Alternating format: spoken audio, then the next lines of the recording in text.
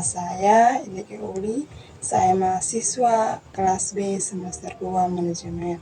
Nah, di sini saya akan menjelaskan tentang desain perencanaan pendidikan inklusif di sekolah.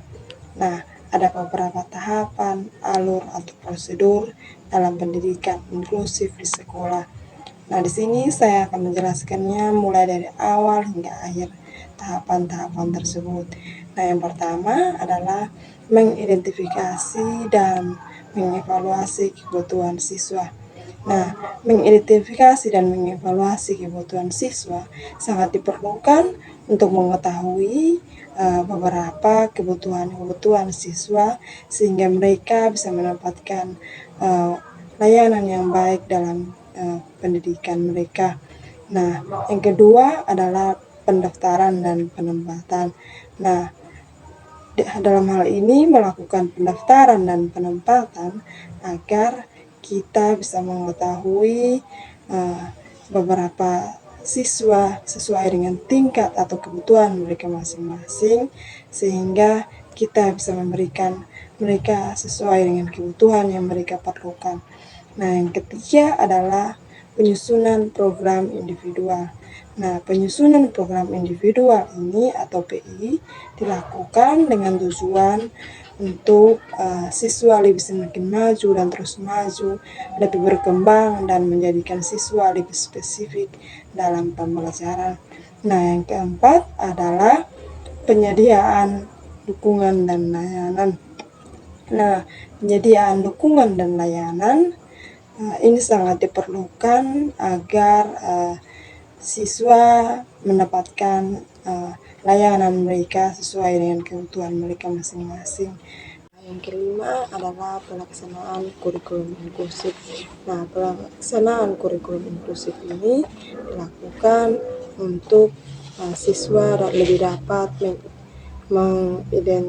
mengintegrasikan siswa dengan kebutuhan khusus dalam kurikulum sekolah secara menyeluruh.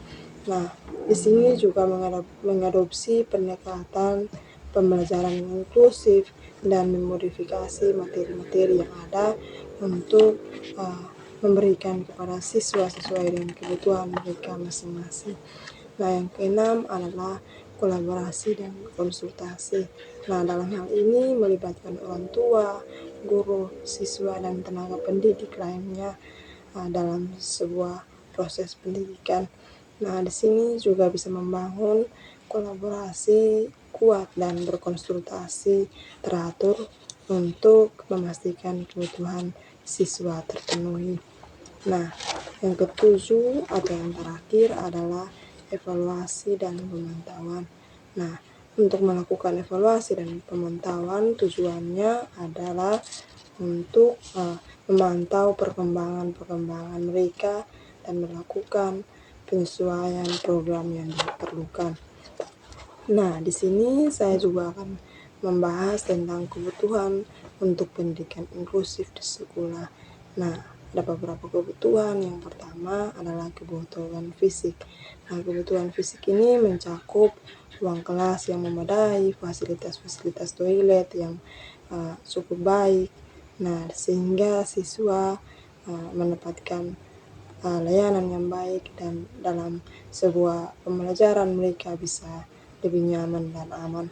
Nah, yang kedua adalah kebutuhan psikologis dan sosial.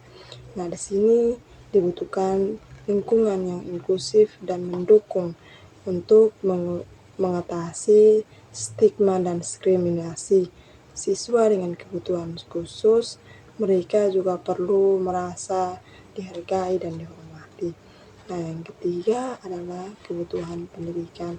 Nah, kebutuhan pendidikan ini dibutuhkan pendekatan pembelajaran yang beragam dan disesuaikan dengan kebutuhan siswa. Nah, materi pembelajaran harus dapat diakses oleh mereka, siswa, dan berbagai tingkat kemampuan. Nah, di sini juga saya akan membahas tentang peran fungsi dari kebutuhan tersebut. Nah, yang pertama adalah menciptakan lingkungan inklusif. Nah, menciptakan kebutuhan inklusif di sini adalah kebutuhan fisik, psikologis, dan sosial yang mendukung terciptanya lingkungan sekolah yang inklusif. Nah, ini memastikan bahwa semua siswa merasa diterima dan memiliki kesempatan yang sama untuk belajar. Nah, yang kedua adalah memfasilitasi pembelajaran. Nah, dalam kebutuhan pendidikan, memastikan bahwa siswa dengan kebutuhan khusus mendapatkan dukungan dan layanan yang diperlukan untuk mengakses kurikulum yang kurikulum yang baik untuk mencapai tujuan pembelajaran mereka. Nah, yang ketiga adalah mengatasi hambatan.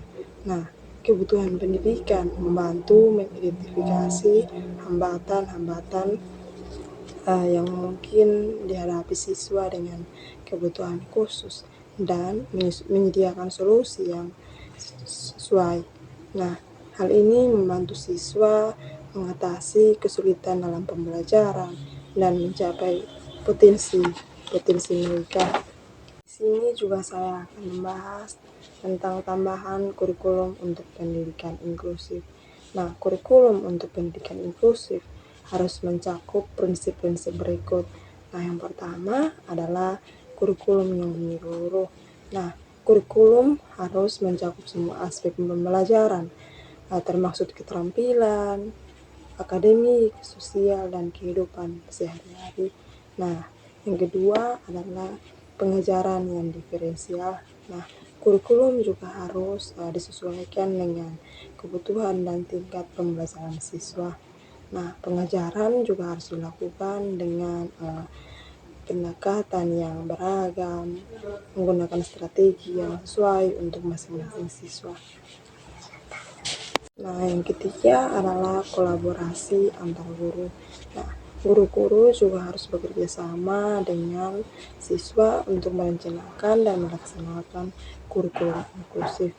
Nah, mereka perlu berbagi dan memberikan pengetahuan dan pengalaman untuk memastikan keberhasilan pendidikan inklusif. Nah, yang keempat atau yang terakhir adalah evaluasi yang menyeluruh. Nah, evaluasi juga harus mencakup semua aspek secara menyeluruh, termasuk perkembangan siswa, baik akademik maupun perencanaan sekolah inklusif dengan penekanan pada fleksibilitas ruang. Nah, dokumen ini membahas perencanaan sekolah inklusi dengan penekanan agar pada fleksibilitas ruang untuk menciptakan lingkungan yang inklusif bagi peserta didik dengan kebutuhan khusus. Nah, demikian beberapa penjelasan dari saya. Semoga apa yang saya sampaikan bisa bermanfaat buat banyak orang. Terima kasih.